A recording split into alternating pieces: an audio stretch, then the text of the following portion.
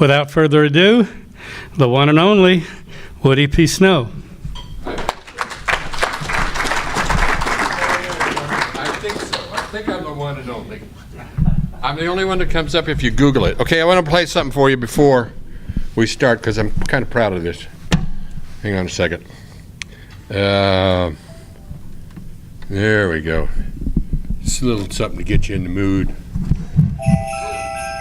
It's called Christmas on Glenstone.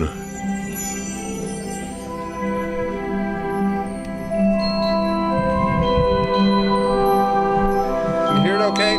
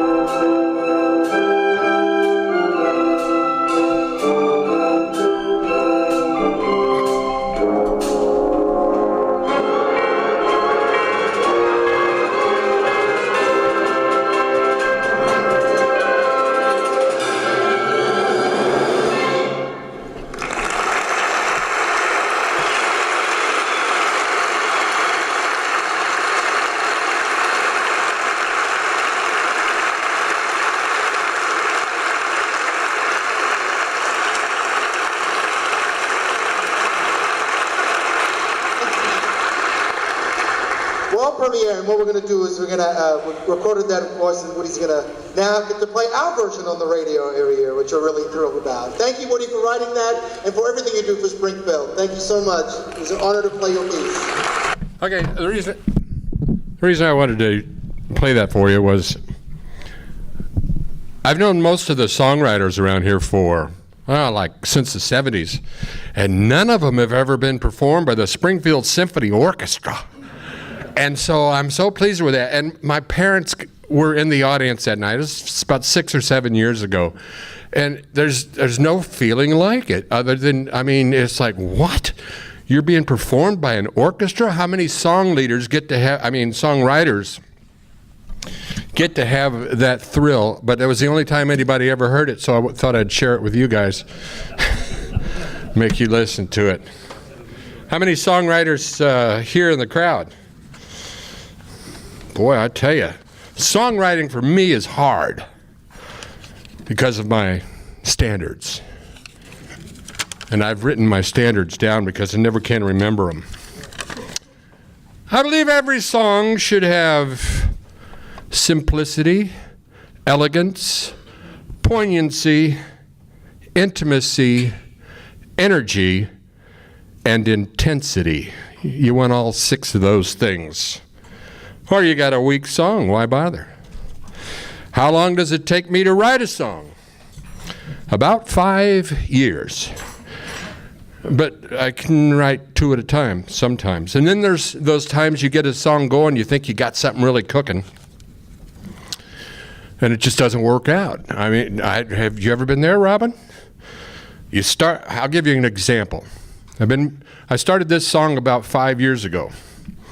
I dreamed I found a $10 bill. That's as far as that song ever got.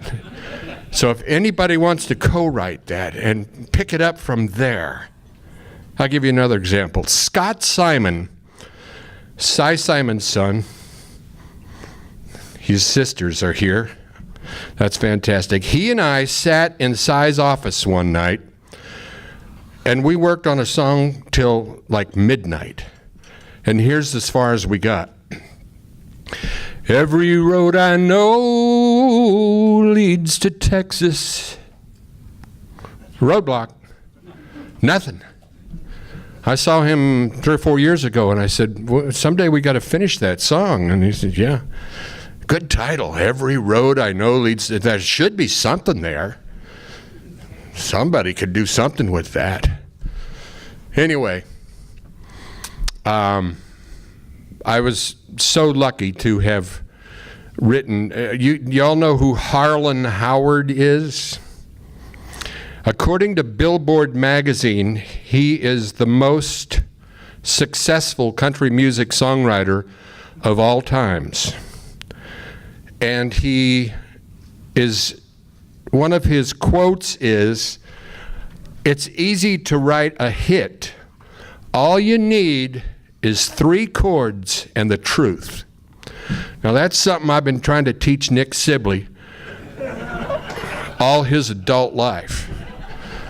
He's got a new album out with Abby Waterworth. I got to be the first guy to hear it Friday, hot off the press, and it's sublime. It's just great. But he should have put a couple of 3-chord songs in there with some hooks. I mean, the album is beautiful. The instruments are real, but I don't know if there's going to be a pop hit off of there or not. When I was, and Tom Peters has heard this story, but when I was in college, well, I had quit college. Actually, I dropped out. I was a music major, but they wouldn't give me my degree because I couldn't pass my piano proficiency test. And I'm kind of bitter about that. I didn't know when I became a music major that I'd have to master the piano before I graduated. And the reason was, I said, well, you know what? I wrote the school pep song down at College of the Ozarks, what I'm talking about. It was School of the Ozarks then. I wrote their pep song. They still play it at every single game. They gave me $110 for winning that contest. And you'd think if a guy wrote the school pep song, he could get his degree, his music degree, but no, you have to be able to play the piano. I said, why?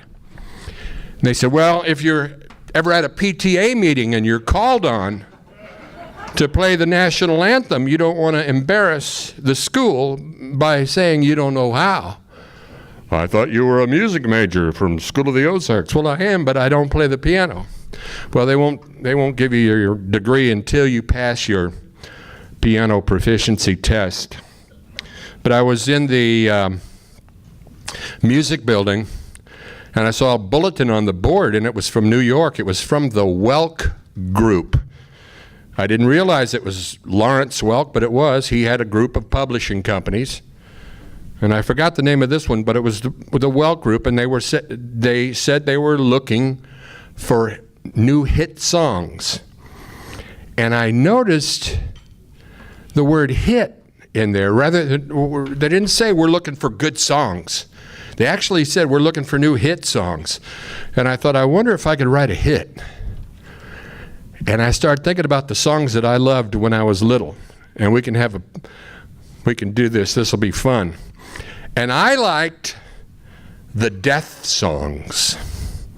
And the very first one that I can remember as a little bitty child was Running Bear. I forgot who did it. Johnny Preston? And there you go. That was a double death song.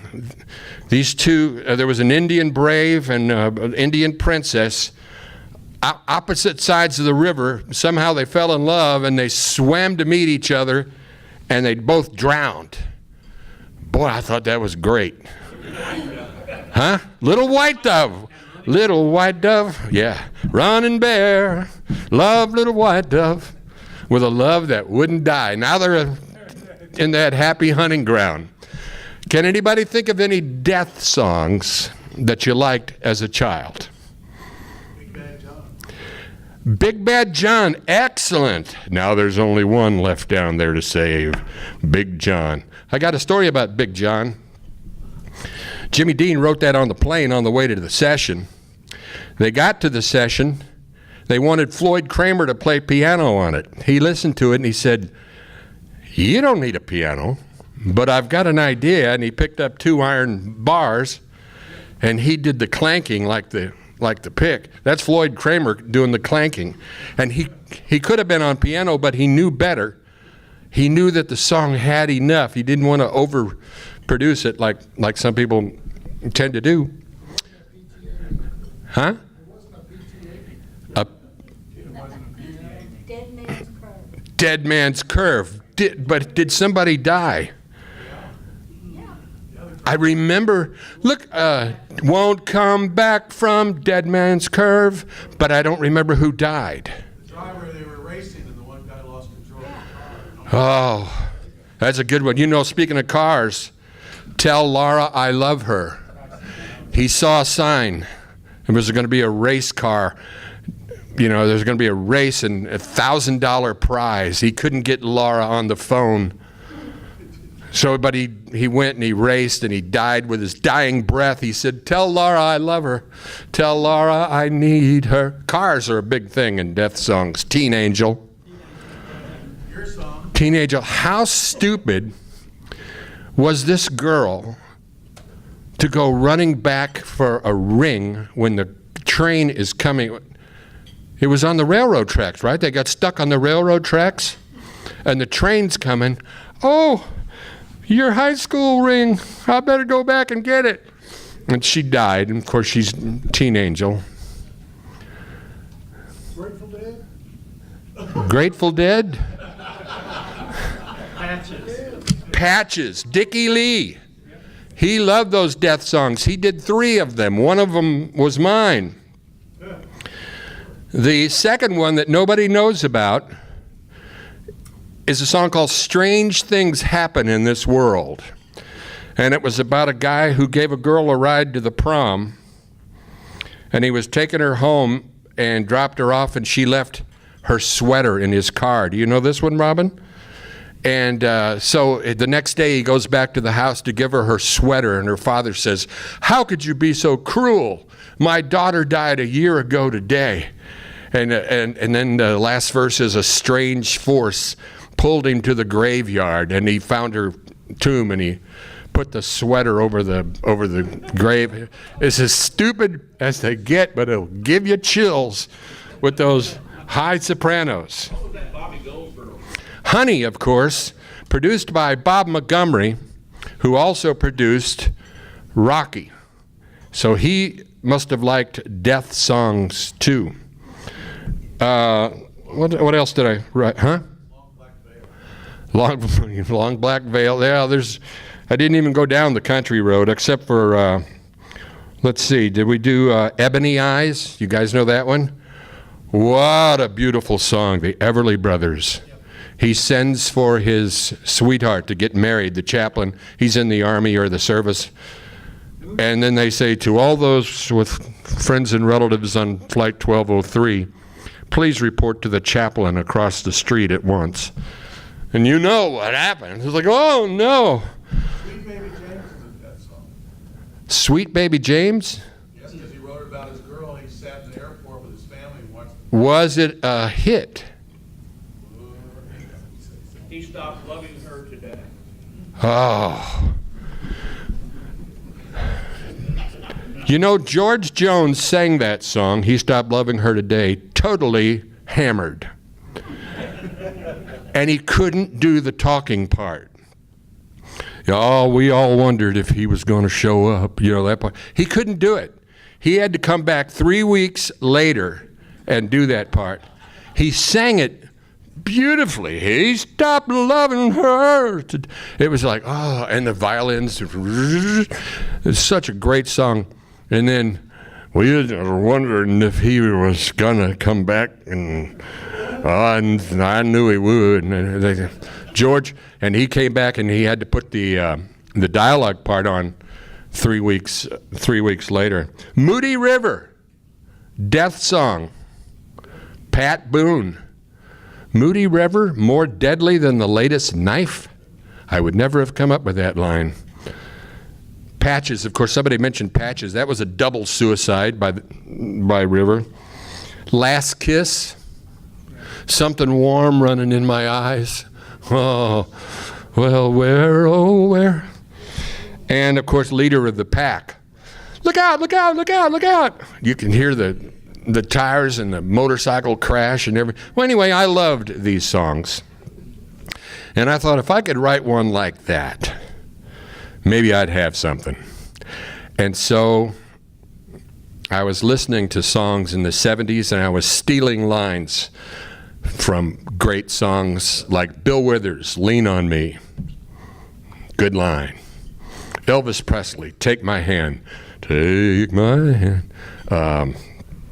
What else? Have a Baby. Believe it or not, Paul Anka had a big hit with Having My Baby. Thought, that's good. That's good. We'll have her have a baby. And speak to me from beyond wherever you are. And so put all those in, used 3 chords, C, F, and G, the same chords I've known since the 3rd grade, and still the only ones I know. Oh, I've added an A minor since then, and an E minor, so I can play those. But anyway, so I wanted to do a death song. I sat down in the basement and I worked on that, and I could tell that even with those 3 chords, I was building up to something, and I thought I had something, and I sent it. Like I said, I saw this poster from the Welk group in New York, and I sent it up there, and a couple of weeks later, I got a contract back, and they said, we like your song and we want to sign you up. Well, the contract was, I don't know, it was at least a half-inch thick, and it was for 5 years. And that seemed a little, I thought, I better get this checked out. So, and I had just met Pat Ciccone, and he said, there's a guy named Cy Simon. He's the guy that did, Porter Wagner and Brenda Lee, and he did the Ozark Jubilee and everything. He'll talk to you. Show this to him.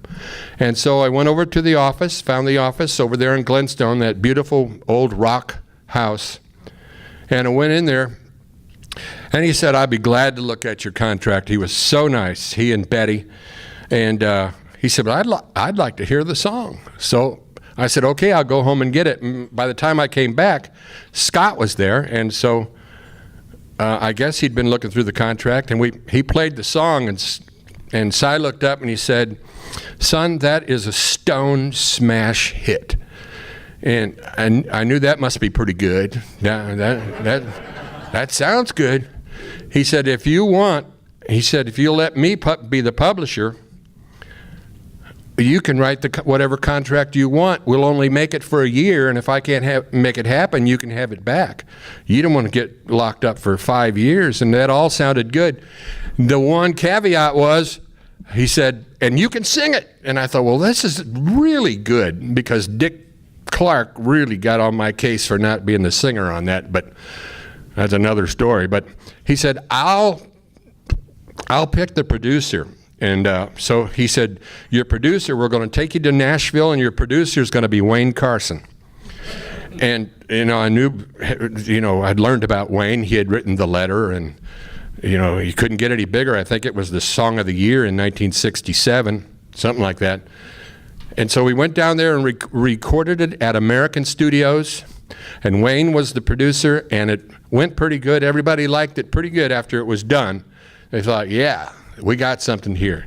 Everybody liked it except the producer, Wayne Carson, who decided that it needed the second verse removed, which he did. He had Chip's Moment take it out with a razor blade.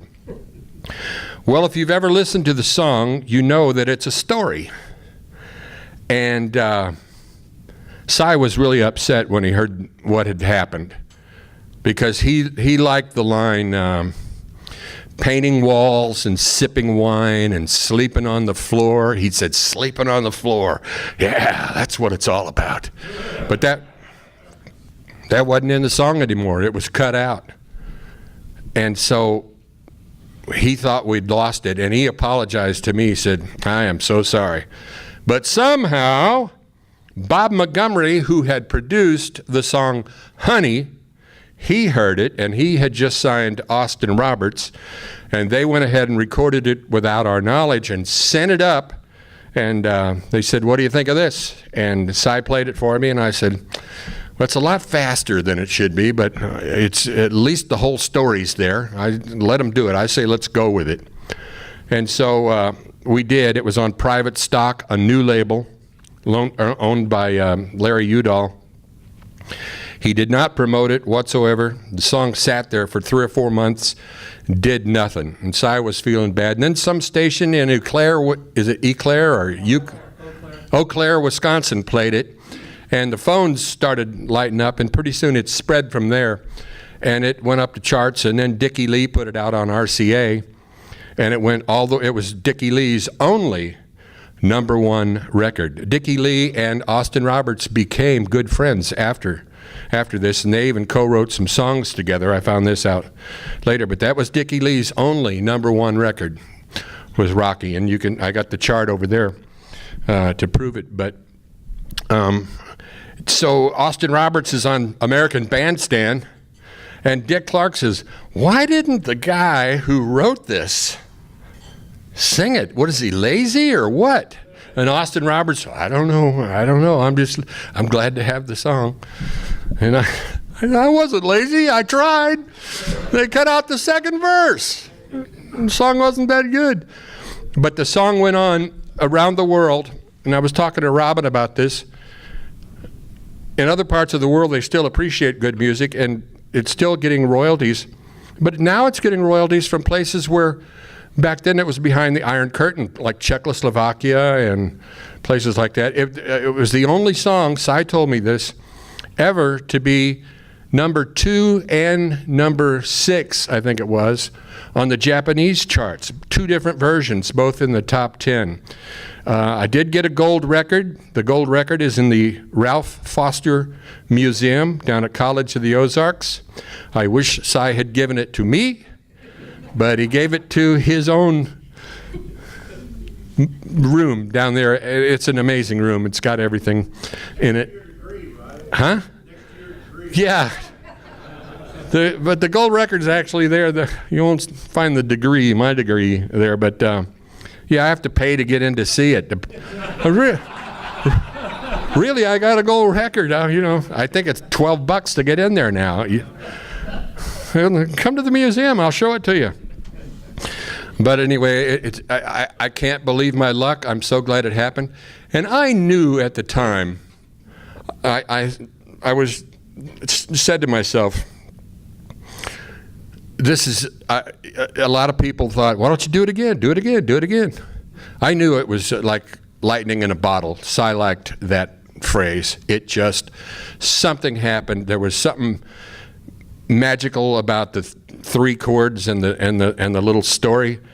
And I have it in, I think, a dozen different languages. It was #1 in Holland and Germany and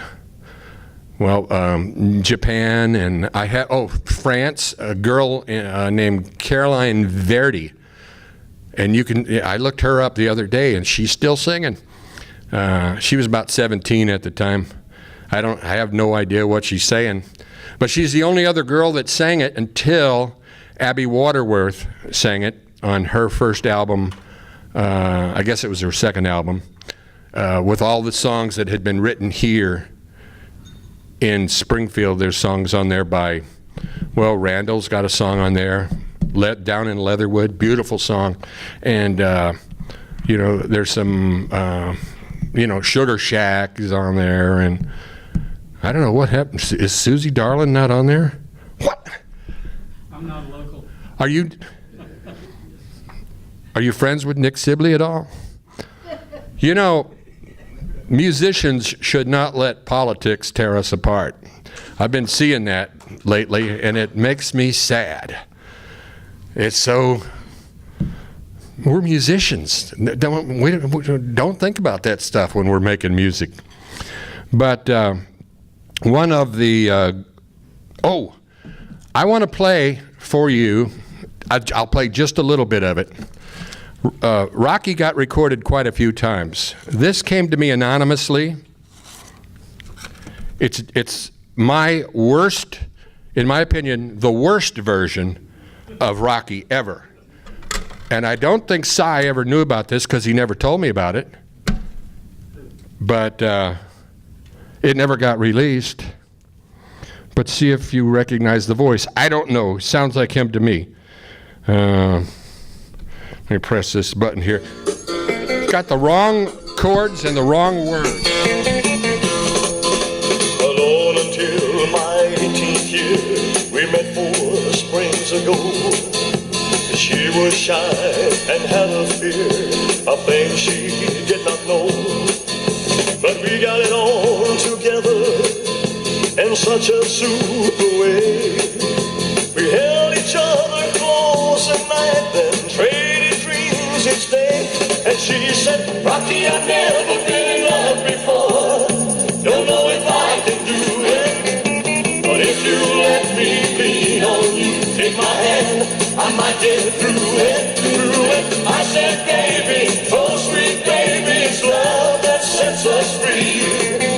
And God knows if the world should end, your love is safe with me. Anyway, it just gets worse. It just gets worse. I don't know who it is. You think I do? It was sent to me anonymously about 6 years ago. He's still alive. No, they live. And he picked my song. But he should. A copy of that at Walmart just about 2 weeks ago. What? Parking lot. That's how he gave me a copy of it. You don't think it's really him, do you? Well, one of the greatest joys that a songwriter can have, and I'll just go after this, is to have somebody who you really love, who's singing you love, and you can't believe they're doing your song. This has happened to me a couple of times. Rule Chapel has recorded a couple of my songs, and I don't know if you all remember Cindy Rippey or not. She and I did a song that I wrote called The Other Gwyneth Paltrow. And man, it turned out good. And Abby ought to sing that one. But this, I believe, is Benny Mahan's last studio recording before his throat went bad. I don't know, what did he have, nodules, or what happened to Benny's throat? He had to get it operated on. Was it smoking that did it? Oh, I hope it's not smoking and drinking. Me, mama, moo. So I'm going to leave you with this Benny Mahan song. This is called Ain't Life a Woman. And thank you for your attendance. Ain't life a woman, making of the other boy into a man, turns a man into a fool, takes your money and your pride, till you want to run and hide, and just when you think she's got you down, she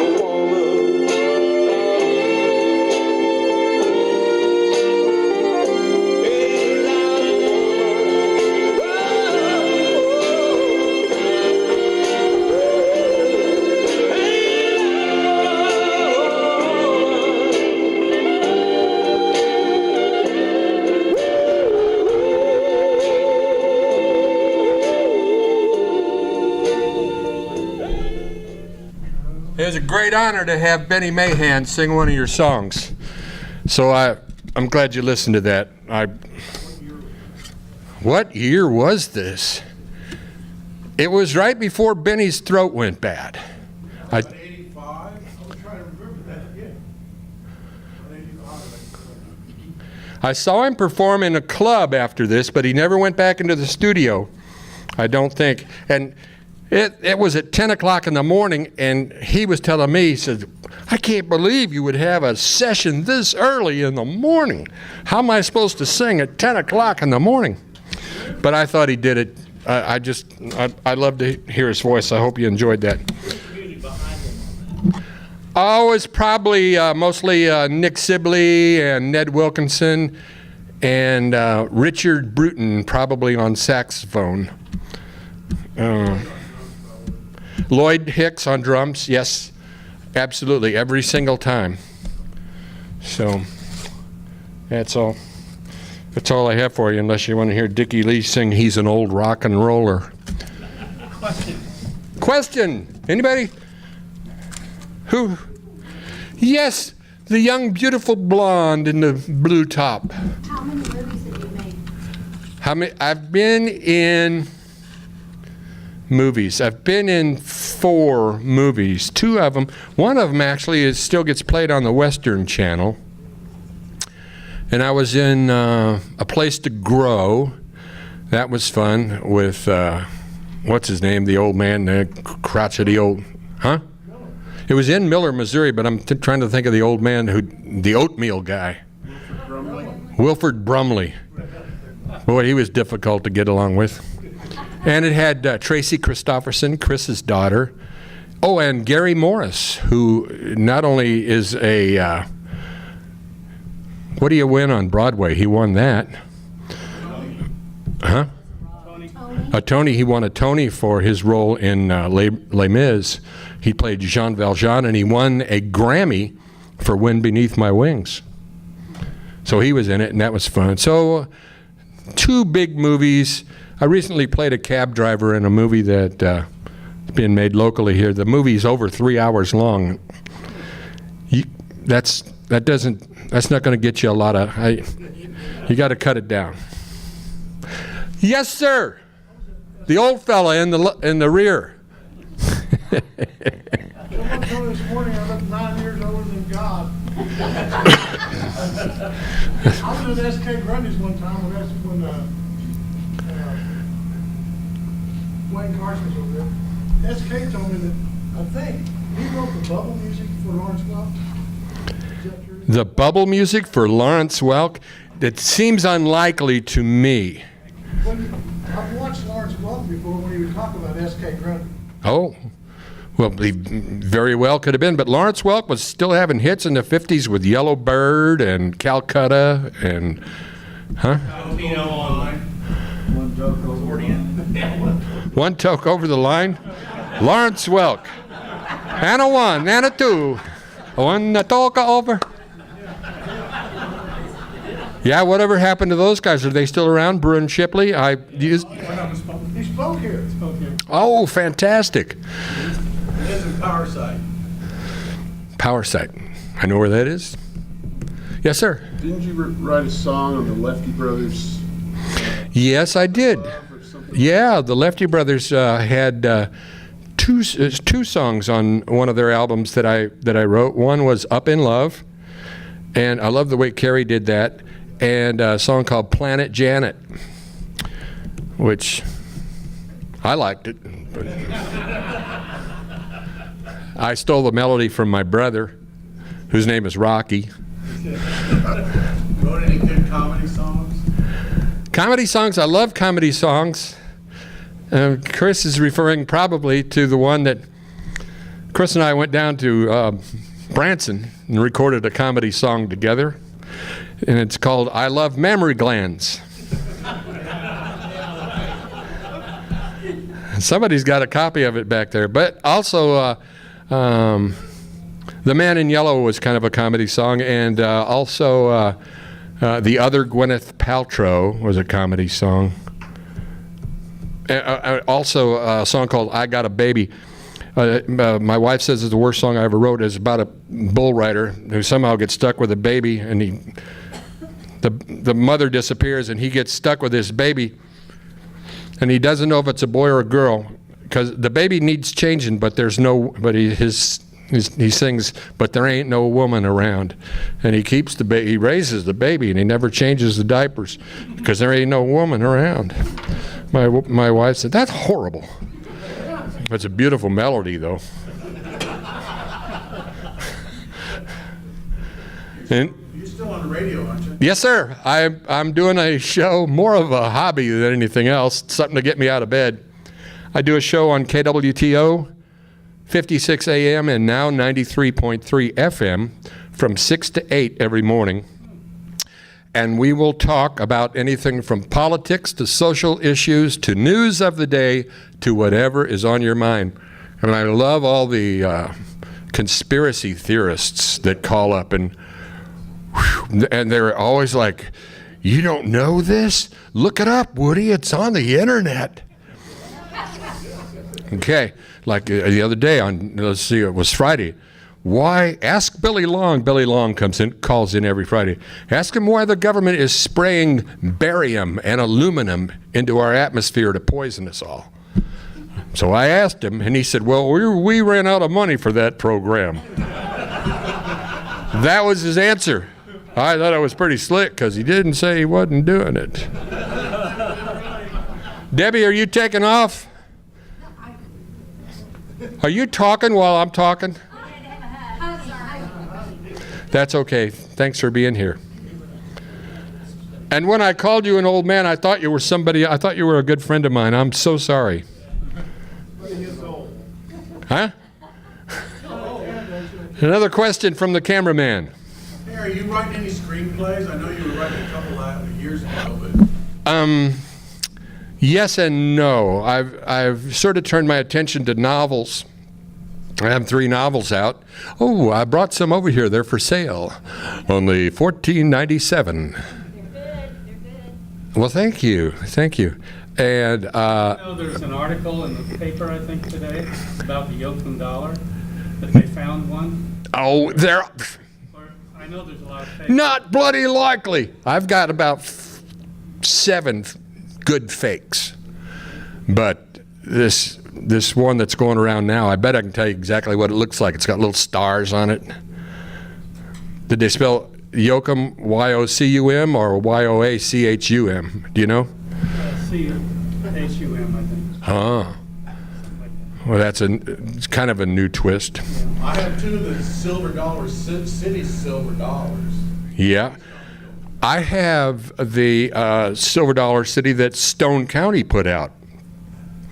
And it's called The First Coin of the Realm, and it has a picture of James Yoakum and Kit Tewinund and his wife McKinsey's. The Yoakums were you got a Yoakum silver dollar there? Everybody knows somebody who's seen one, but nobody really has one. The Yoakum silver dollar, if they ever met Artie Ayers, they'll know about it. He is still looking. I mean, the guy's got to be 100 years old, and he's still hiring bulldozers. If the mine really does exist, and Artie made a believer out of me, I believe it's on the bottom of Table Rock Lake. You can only imagine the history that is under a 54,000-acre lake. Cemeteries and villages and all kinds of things that are now probably buried in silt. But I'd like to see the article in the paper today. I'll definitely read it. But if you want the real story, it's right over there. It's called Blood Silver. A lot of people died looking for that silver. Yes, sir. Like you said, if you could only imagine, that movie's wonderful, and a lot of stars in it from Lebanon. I want to recommend the movie I Can Only Imagine. If you're a singer-songwriter and you want to see a true story about a guy who never intended to be a singer-songwriter, kind of got forced into it because of a football injury, went to Nashville, got turned down by the Suits. They said, you get out of here, you're not ready. Ended up with a triple platinum hit. and that movie will make you want to go home and write a song. It's fantastic. You, From Lebanon. huh? The star of the movie's from Lebanon. He is? Yeah, raised in Lebanon. He's as good a singer as I've ever, I mean, to me, he's as good as Freddie Mercury. I mean, he, Google says he was raised in Lebanon. And I got friends there that said they know him. well, he's as good a singer as you could ever want to hear. St. Michael is the movie star, not the guy who wrote it. Right. The guy that plays the part of the, He's unbelievably good. I know. I try to keep a list of my top 10 male vocalists. Somebody got bumped out. I don't know. It was probably Tom Jones. Yeah, I know. I know that Marty Robbins will never get bumped out. George Jones will never get bumped out. Freddie Mercury, he's right up there. Sinatra, you got to give it to Sinatra. He hits the notes right on the beat. He's a great singer. Did I see another hand? Did I see another hand? I don't know where this is coming from now. Thank you very, very, very much.